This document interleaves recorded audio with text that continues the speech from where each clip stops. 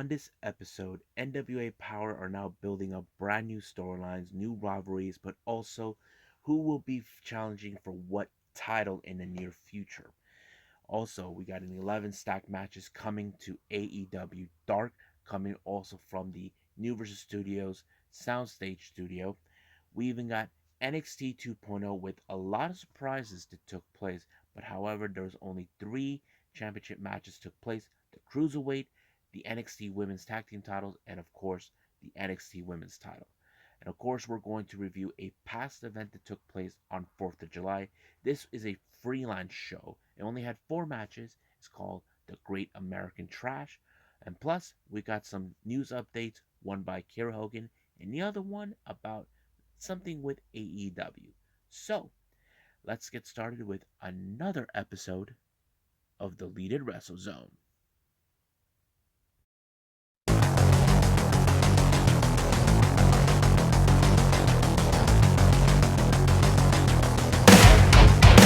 Are you ready?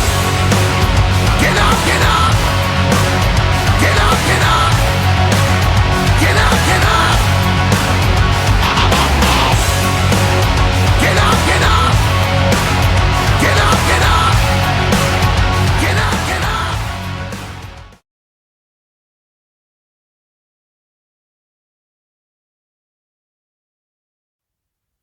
Welcome everybody to Deleted Wrestle Zone. All things that it's pro wrestling with AEW, NXT, New Japan Pro Wrestling, Impact Wrestling, the National Wrestling Alliance, various promotions, wrestlers, matches, and championships.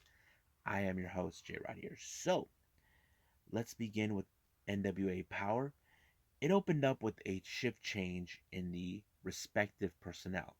Kyle Davis, who has been dealing with a lot of problems while he's interviewing wrestlers, he swapped with Tim Storm. Now, Tim Storm was interviewing Strictly Business, Tom Latimer, Camille, and of course, Chris Adonis. However, things became chaotic because Tom Latimer looks at Tim Storm that he needs to get the hell out of NWA and stop getting involved in other people's business. He was just doing his job. When things got heated, things were about to head to the ring. Joe Galley tried to intervene and tell them to stop, but also the national treasure Nick Aldis even intervened to stop them. Now, I have that distinct feeling that sooner or later we're going to see Latimer and Adonis turn on Aldis because they have been not happy with the results of their performances. Why is it they're not even competing for the tag team titles or any other goal? They try to obtain every title they can get. Adonis is the current NWA national champion, so it's still unclear on that part. But we'll see what happens then. But yet again, we get another interview, this time conducted by May, interviewing Melina. Melina, who's been dealing now with issues towards Camille, who's saying that she prefer her when she's not talking or anything else. But also, it kind of led into the hot mess showing up and claiming that she won the first ever Women's Invitational Cup. I don't know if there's going to be. I mean, I would love to see Camille challenge anybody, but however, she feels now that she's dunking anybody that gets in her way. Now, our next one of our opening matches is the tag team title tournament. In the quarterfinals, we have Colby Corino and JTG taking on Hawks Airy. Now, Luke and PJ Hawks had their issues with Colby Corino. He called Colby Corino believes that Luke Perry is not actually a good wrestler, not even in the same level as his dad. But however, there were moments where Colby tries to do things his way to ensure they get a victory, but however, it did not work. It was the father and son duo that picked up the victory. It was PJ Hawks who once again pinned them for the 1-2-3. Now, in recent weeks, we have witnessed the, how do I say this? The actions of Zion, aka the Masked Wrestler, who we don't know who he is. It looks like his tensions are now being made clear. Ever since was part of the championship series, he and his team won, and now he seems like he's cashing in for a shot of the NWA television title that currently is being held by Tyrus. Now, because of this, uh, Kyle Davis actually went back to his interviewing post, interviewed, of course, Tyrus, Black G's, Jordan Clearwater, and of course Austin Idol. Basically, they don't appreciate what he's doing, but Tyrus believes that he thinks he knows who he is underneath that mask. But we'll see what happens. Austin Idol saying that he's a phony, that he will be put out of his misery, but we don't know yet who he is. Now, what do we got? As you know, in NWA Empowered, we have brand new NWA Women's Tag Team Champions. The Hex, consistent of Marty Bell and Allison Kay. It appears that Taryn Terrell and her team, consistent of Genocide and Paula Blaze, they're in fact want to get a shot of those tag team titles. And Marty Bell actually took Paula Blaze out by beating her in her first match, but this time it's Genocide versus Allison Kay. Now things were going great until Lady Frost and Taryn Terrell showed up and interfered, costing the match and giving them an opportunity for a shot of the tag team titles. Taryn Terrell believes that those titles belong to them, but we'll see what happens. But it's still no indication when that match will take place. Now, we had a match that was between Judias, being accompanied by Miss Sinister Minister, taking on James Storm. The match went out of control. The ref made the only drastic decision is to throw the match, but it appears like they wanted to continue fighting, but it went on once again where the ref lost control, but we don't know what's going to happen. Excuse me. Our next match is the main event in a triple threat team match. We have one team, Crimson and Jeremy Pluckett, taking on the N, Odison Perro versus the Pope and Trevor Murdoch. I have to say, it was a great match. It showed a lot of character, but Murdoch seems like he got injured in the process. Don't know if it's extensive. However, Jack Stain was trying to cash in his opportunity for a shot of the title right away as soon as possible, but it was stopped by his tag team partner, Crimson. So, don't know what's going to happen then, but if I was a betting man, I would say Jack Stain would deal with Crimson first before proceeding anywhere else.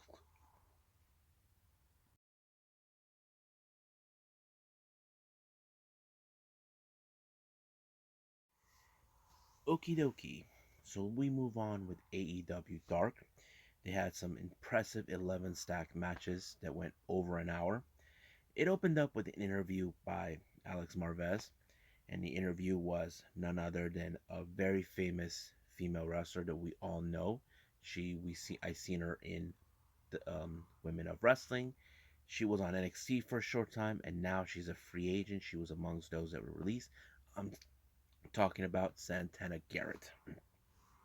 So Santana Garrett is happy to be there, but at the same time, she had a welcome committee, and that welcome committee is the one person who claims that runs Dark, and that is, of course, Diamante. So it looks like we may see that match taking place sooner than we thought.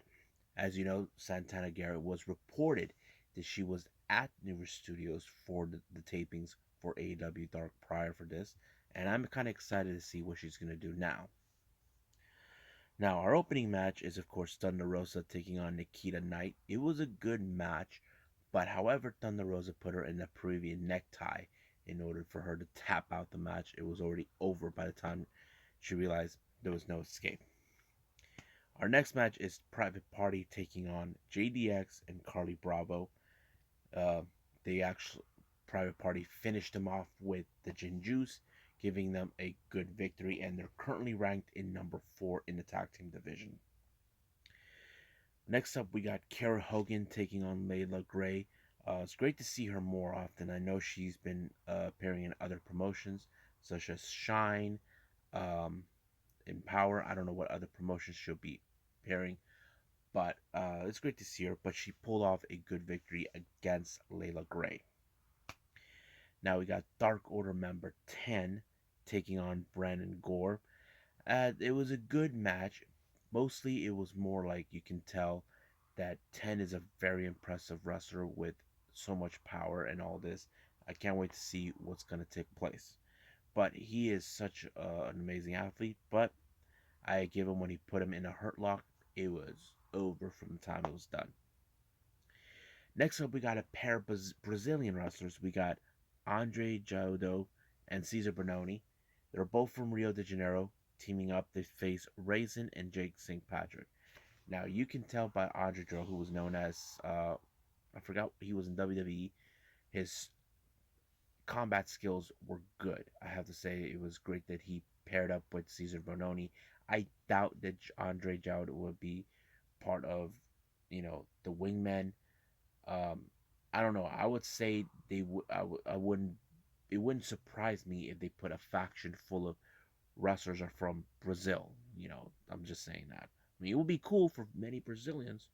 Don't get me wrong, but it's cool. Our next up is Lance Archer versus Agnes Singh.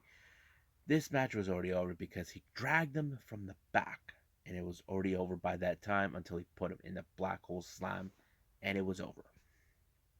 Next up, we got Ricky Stark along with Hook taking on Darius Lockhart. I have to say this was a very interesting match because Lockhart stood there much as possible taking on Ricky Stark, but however, Ricky Stark speared him and put him out in the 1-2-3.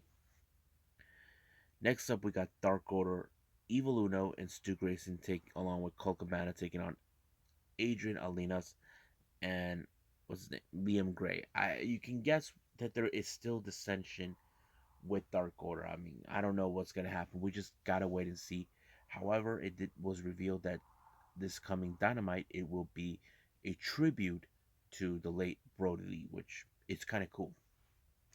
But it was the combination moves by Evil Uno and Stu Grayson that allowed them to win. But it's still unclear whether they will reconcile with the other members of Dark Order. We just gotta wait and see what's gonna happen then. Next up is women's action. We got Julia Hart being accompanied by the Varsity Blondes taking on Rika Tehaka. Now, Rika, she's a bit more dangerous, but somehow Julia was able to get out of it and pull off the Bulldog splits on her, and 1, 2, 3, it was already over by then. Next up, we got Bear Country. Bronson and Boulder taking on Brick Aldridge and Jameson Ryan. I have to say, I love the Bear Country. Love Bear Country. They're one of the most interesting tag teams. They act like they're bears, but it's good. I have to say, it's pretty good. I enjoy it, and it was them that picked up the victory regardless. Then finally, we have our main event, which is the factory consistent of Aaron Solo and QT Marshall. Uh, Nick Camarado was watching. They were taking on Dante Martin and Matt Seidel. I have to say, it was a good combination between the two teams. I have to say, it was great to see how this one's going to play out with those two, with Dante and Matt, because they're in tag teams with their brothers, and it's kind of similar. But right now, I have to say, I can't wait to see when Darius returns and all this. But right now, let's just end it here and move on.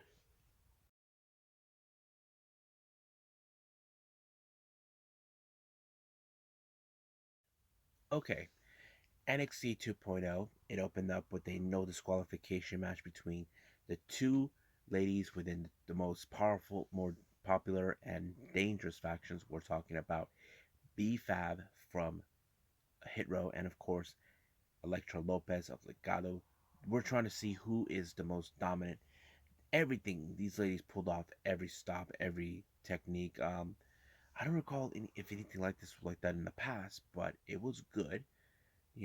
But it did show Electra being the top lady. Now, is this beef between Hit Row and you know Legado is finished? No, it will not finish. Thanks because Electra picked up the victory. This will continue on once until Santos Escobar gets the one thing he wants that he desires, the North American Championship, where he believes it's the pride of Mexico, and he wants that title in his lap. Now, um, next thing we have is, of course, A little glimpse of what happened in the honeymoon with Index. I thought it was funny. Johnny Gargano, and they're trying to keep an eye on them. They're trying to act like parents who don't want their daughter to get pregnant at a young age. Thought it was so funny. But Johnny Gargano thought he scared them when he pretended to be a shark. Now, I don't know what's the deal with Joe Gacy. I have to say, I don't know why is he acting this way when his promo.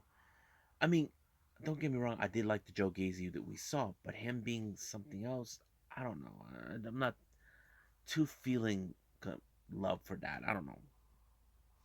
I don't know what it is, what they're doing with WWE, but we'll see what happens. Our next match, excuse me, is Zion Quinn taking on Oni Lorcan. I have to say, Zion Quinn has now becoming the most interesting wrestler to watch. He's very dangerous. He seems powerful enough. Would he have a title opportunity? The answer to that is yes. But the real question is, when will that happen? I don't know when, but it would be interesting. Now, moving on, we got MSK promote doing a little promo.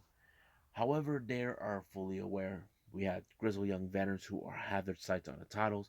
Then we got, of course, Carmelo Hayes and Trick Williams, and then of course Josh Briggs and Brooke Jensen. I have to say it's showing who is wants to stand in line to take on the tag champions. I mean, it's going to be interesting. But however, I know they're not. They're going to be already doing that match later on. Excuse me. Then we get an interview with, of course, Raquel Gonzalez, who knows what's in her way. She's not ducking anybody. She has her sights set on Frankie Monet in order to put her out. But however, Toxic Attraction showed up. Looks like Mandy Rose has her sights on the NXT Women's title. Now, our next match is the women's tag team titles. We have Toxic Attraction, Gigi Dolan, and Jay-Z Jane, being accompanied by Brandy Rose, taking on Zoe Starks and Io Shirai. I have to say, many people might have thought that they were going to drop the titles, but looks like no. I think they want to keep them where they're at right now. Don't know exactly how long they're going to go with, but we are expecting more Toxic Attraction try to be more of a much of a stable faction that we all desire to have. But it was Io Shirai that pulled off the victory with the genius with the moonsault, while Zoe Stark distracted Mandy Rose and in order to win the match.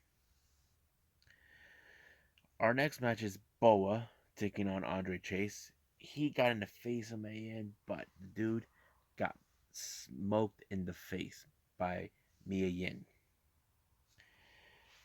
Now, as you can guess, Boa won this victory, but Andre Chase is not a happy camper. We do see a video package coming from Braun Baker. Looks like he has his intentions now to obtain the NXT title, and of course, there's his guest is what's his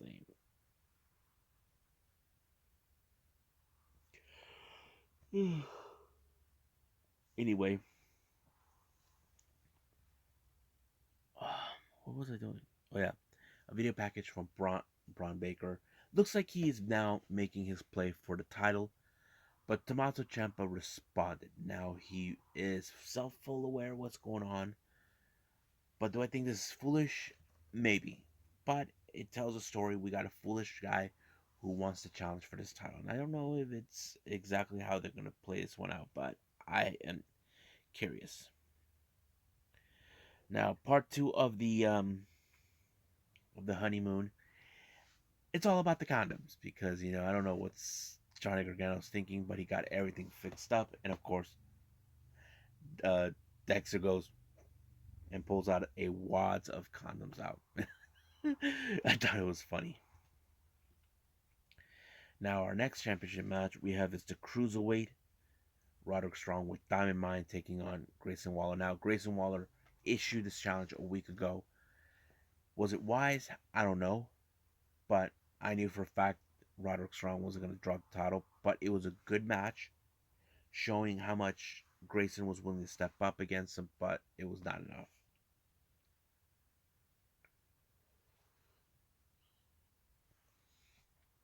Sorry, folks. Yeah. Anyway, Waller may have been, how do I say this? Maybe smart enough. He tried to put an effort, but don't forget, Diamond Mine are right behind Roderick Strong, and of course, he retained the title. Now, the real question remains, who is going to be the next lucky contender? I don't know. As long as Diamond Mine exists, that could be the problem, but it tells a good story. Diamond Mine are not playing around. Now, we do get an interview with Eli Drake. Apparently, he has issues towards Odyssey Jones. Looks like the is starting to escalate. It, apparently, Andre J showed up complaining, and then they got distracted where Eli Drake took out Odyssey Jones, and he's going to challenge him next week. So it's kind of going to be a little interesting with the storyline. Now, our next match is Rich Holland taking on Kyle O'Reilly. I was surprised how this match ended. It started with Kyle O'Reilly attacking Rich Holland. He hasn't forgotten what happened the last time they confronted each other. Kind of more like, how to say, paying him back for costing him a chance to win the title shot. But Kyle O'Reilly was able to pick up the victory, but Pete Dunne and Rich Holland showed up and tried to beat him up. However, Von Wagner showed up and gave him a helping hand, and I think this is going to show respect for Von Wagner, maybe one day getting a title shot. But I doubt it's going to be sooner, but it wouldn't surprise me that those two, both Riley and Von Wagner, will team up to take on Dunn and Holland. Now, our main event, the women's NXT title, it's unbelievably good. I enjoyed how they're both throwing Spanish talking. As you know, Frankie Monet, she speaks fluent in Spanish, and I thought it was a good match because it showed that Raquel Gonzalez still is the dominant force, and Frankie Monet is trying to believe that this division is hers, but it was still not enough, even though she lost. But in the post match, they received a visit by Toxic Attraction, and of course, they got beat up, and then they turned their attentions onto Raquel Gonzalez. It's now becoming clear that Toxic Attraction is the one female faction that wants to run the entire Lock women's division. Now that Mandy Rose has her sights set on the title, it's only a matter of time until we see that championship match takes place sooner or later. So I end it right here and move on with the last review.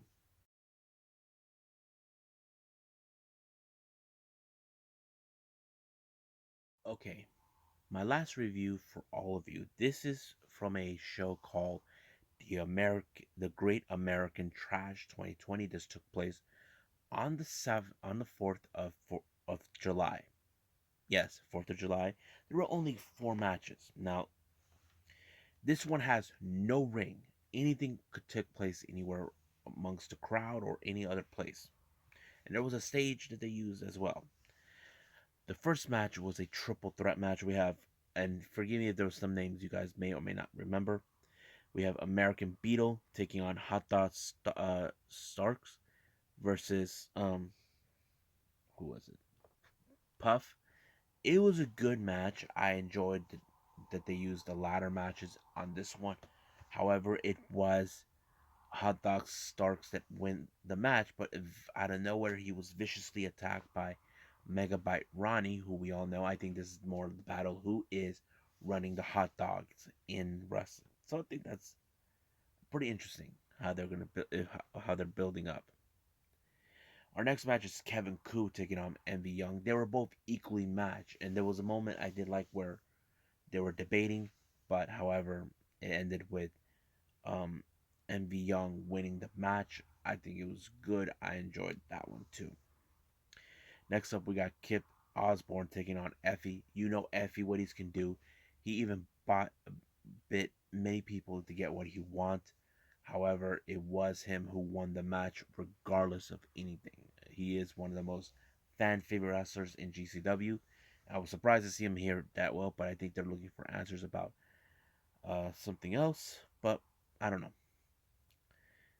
Now, the main event is Hood Roof. I don't know who that is, taking on Casanova Valentine, who I seen him in a previous event.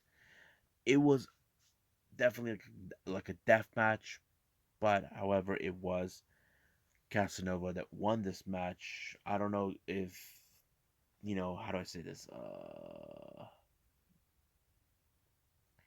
That whatever they were moving around their cars was gonna help them, but no, I don't think it did. But it was a good show. I have to say, this was a freelance show. I enjoyed every minute of it. I wouldn't be surprised if there'll be more like this. But right now, I'll end it right here and move on with some news updates.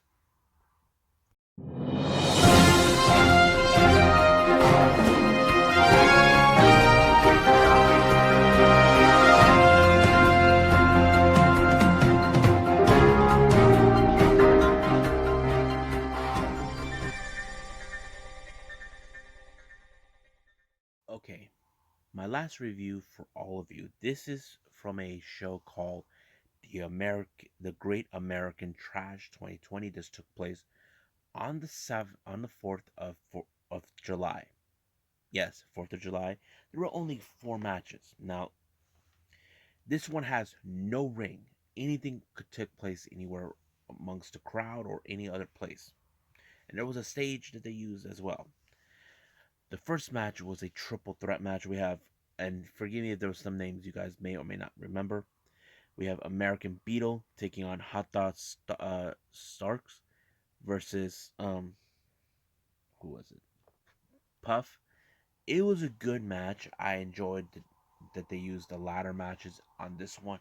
However, it was Hot Dog Starks that win the match, but out of nowhere he was viciously attacked by Megabyte Ronnie, who we all know. I think this is more of the battle who is running the hot dogs in wrestling. So I think that's pretty interesting how they're how they're building up.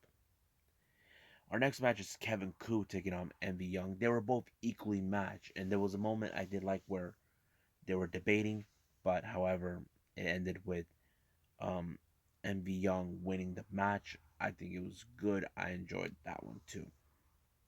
Next up, we got Kip Osborne taking on Effie. You know Effie, what he can do. He even bit many people to get what he wants. However, it was him who won the match regardless of anything. He is one of the most fan favorite wrestlers in GCW. I was surprised to see him here that well, but I think they're looking for answers about something else. But I don't know. Now, the main event is Hood Roof. I don't know who that is, taking on Casanova Valentine, who I seen him in a previous event. It was definitely like a death match, but however, it was Casanova that won this match. I don't know if how do I say this? That whatever they were moving around their cars was gonna help them, but no, I don't think it did. But it was a good show. I have to say, this was a freelance show. I enjoyed every minute of it. I wouldn't be surprised if there'll be more like this. But right now, I'll end it right here and move on with some news updates. Well, I hope you guys enjoyed this episode. I apologize for yawning. It's late at night. I'm truly tired.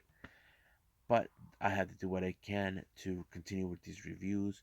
Coming up, we got AEW Dynamite. Of course, we got more on the G1 uh, from my understanding. And of course, there is other events that I want to put in. One, I'm not sure if it's still going to be MLW, the Alpha Series, and of course, anything else that comes up. But I'm well aware and going to pay attention to that. But for now, I'll see you guys in the next DWZ time. Same DWZ channel. I must bid all of you adieu. So goodbye.